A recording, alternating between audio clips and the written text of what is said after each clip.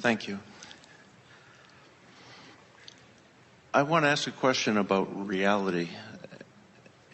And that I've had a couple of experiences recently that made me think I was hallucinating.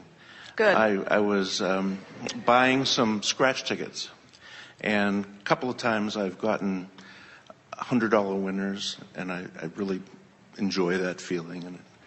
And this winter, I was scratching a ticket, and the numbers matched, and I don't scratch the prize amount because I don't want to see what I'm not getting.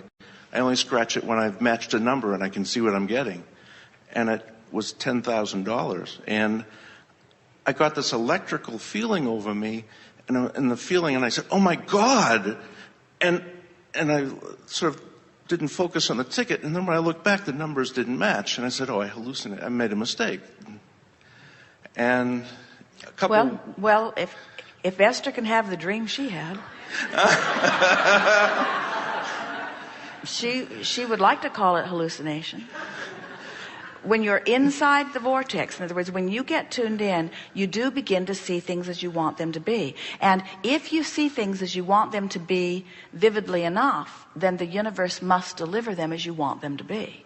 In other words, we're not kidding you. That when you have that sort of vision, and people call it religiously speaking, when you have a vision, is a good thing. But psychologically speaking, when you have a hallucination, it's a bad thing. And we say, when you interpret the future through vision, and it sends that electricity. Now, that electricity that went through you, that was confirmation. That was source energy confirmation that you were in alignment. And so what if that's not the ticket on which the alignment took place? But I'm wondering, could it be that the ticket actually changed because I didn't let it,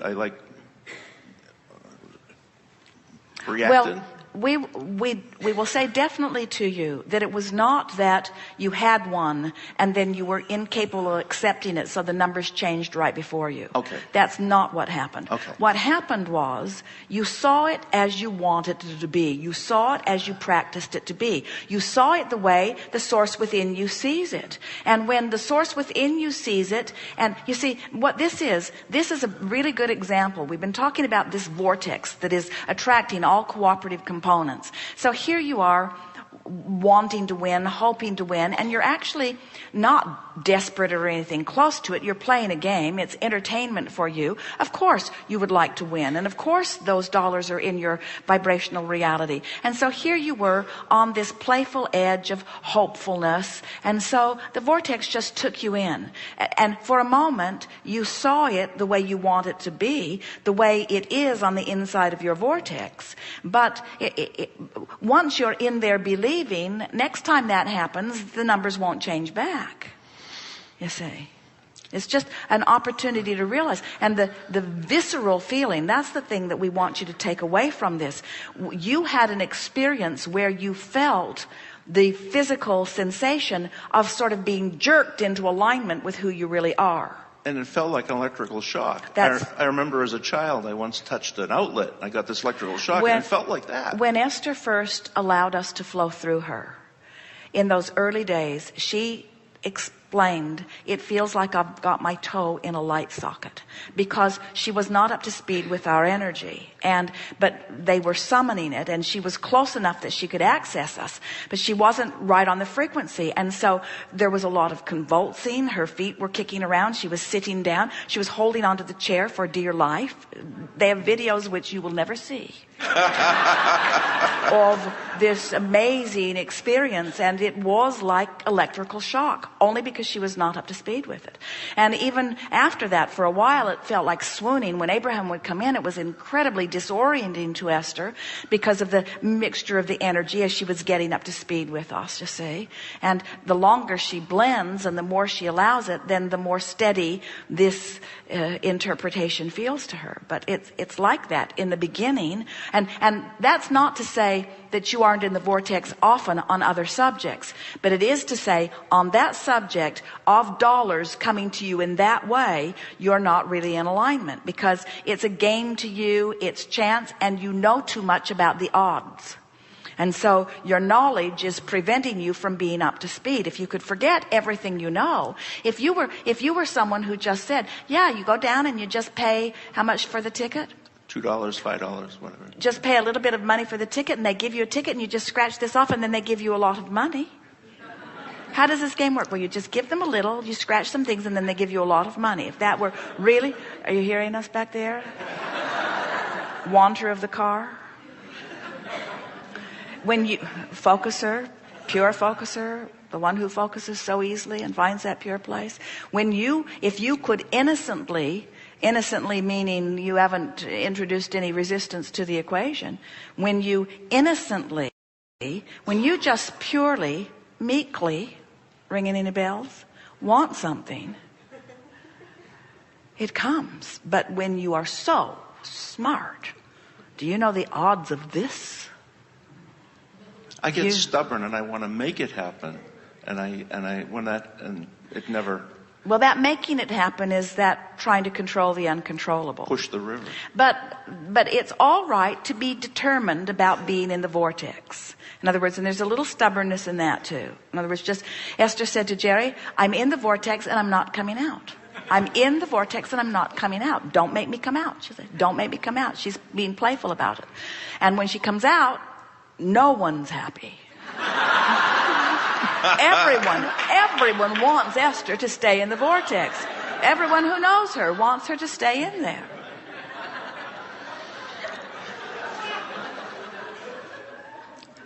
I had another experience that's like this, and I've tried to get back to that, and I can't make myself get back to it. But well, say it differently. We know that this is conversation for clarification, but say it differently.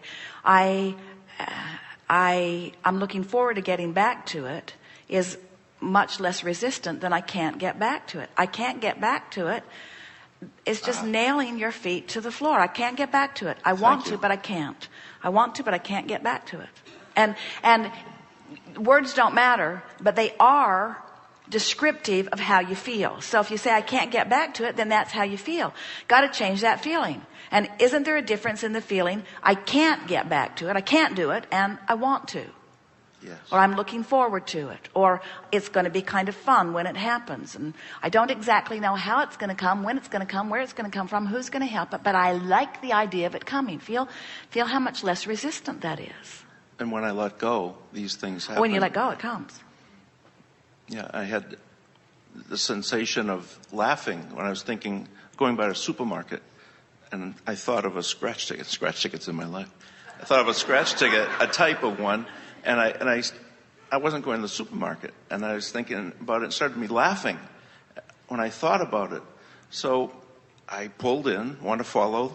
I'm trying to do the Abraham thing. Follow one in, and there's the tickets, and I buy 4 or 5 of them. They're losers, and the 6th one was $500. And I stopped, and I said, "There it is.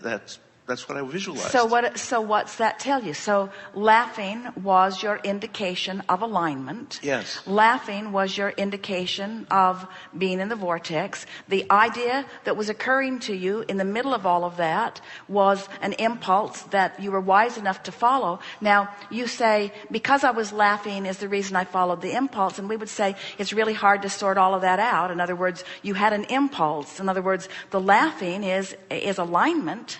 In other words, when you're feeling like that, it's alignment. So now you take that away and you say, next time I have that jovial, uplifted, free, no risk, lighthearted feeling, it means I'm on the track of something. Anytime. See, when we talked, so you went in. Now this is wonderful. This is a perfect opportunity to talk about the 2 ways you know about your guidance. One is when it manifests, and we said we call that post-manifestational awareness. The other is by the way it felt. In this situation, you've got both of them right there. In other words, you have the post-manifestational awareness of something that you wanted that happened, and you had the pre-manifestational awareness of something that was laughing and felt good. Yay. Yes. Isn't that a wonderful thing to know? So never again. Now you've got that. Hold that feeling. Hold that feeling. And now what were those words that you said earlier? Something about, I don't know how to get there? Focus. You do know. You do know, don't you? You just have to focus. I know. I knew that, so I know everything. I knew that, so I know everything. That was the perfect example. We're just milking it for you. That was the perfect example, you say. That was the perfect example of me having something in my vortex. The source within me knew the path, knew exactly how to cause the rendezvous, because creation is rendezvous. I rendezvoused with that grocery store at that time for those purchases, knew exactly how many tickets I needed to purchase in that moment. It was the sixth one. You bought 6 and it was number 6. You knew exactly how many tickets you need to purchase in order to have it. If somebody else had beat you there first, you might have only needed to purchase 1. Or if you'd gotten there earlier, you might have had to purchase 20 or 30. You had the impulse. You knew exactly how many you needed to purchase because the vortex was calling you. And when you're in the vortex, you just know. You just know. No one was speaking it in your ear. You didn't look and the number 6 appeared on the palm of your hand in blood. In other words, it's not anything that dramatic. It's just, you just knew. You just followed the light, good feeling trail. It's always a light, good feeling trail that leads you to the love of your life, to the winning ticket, to whatever. It's always a light, good feeling. It's never a, turn left, not right. You'll die if you go right. It's never like that. In other words, it's always a light, good feeling. I have another positive, light, good feeling about something, but again, it's about reality. And I've had dreams about it, and now daydreams of flying, like being able to levitate, to help and do things. And I'm thinking that's like so outside reality. They should, they'd lock me up if I told people. But hear this. You see, that's a vibrational manifestation. It's a dream manifestation that is an indication of how you're feeling. In other words, that dream's not telling you that you're going to fly. That dream's telling you that you feel free. Yes. You see, and that when you feel free, you fly in your dreams, you see. And if you were flying around in your body, you wouldn't like it, because first of all, you'd be a freak. And people would be looking at you. Some would be trying to shoot you down. Your life would not be what you want it to be, and all of that attention would ground you anyway. You see, you want to fly in your dreams. You really do. Thank you very much. Thank you.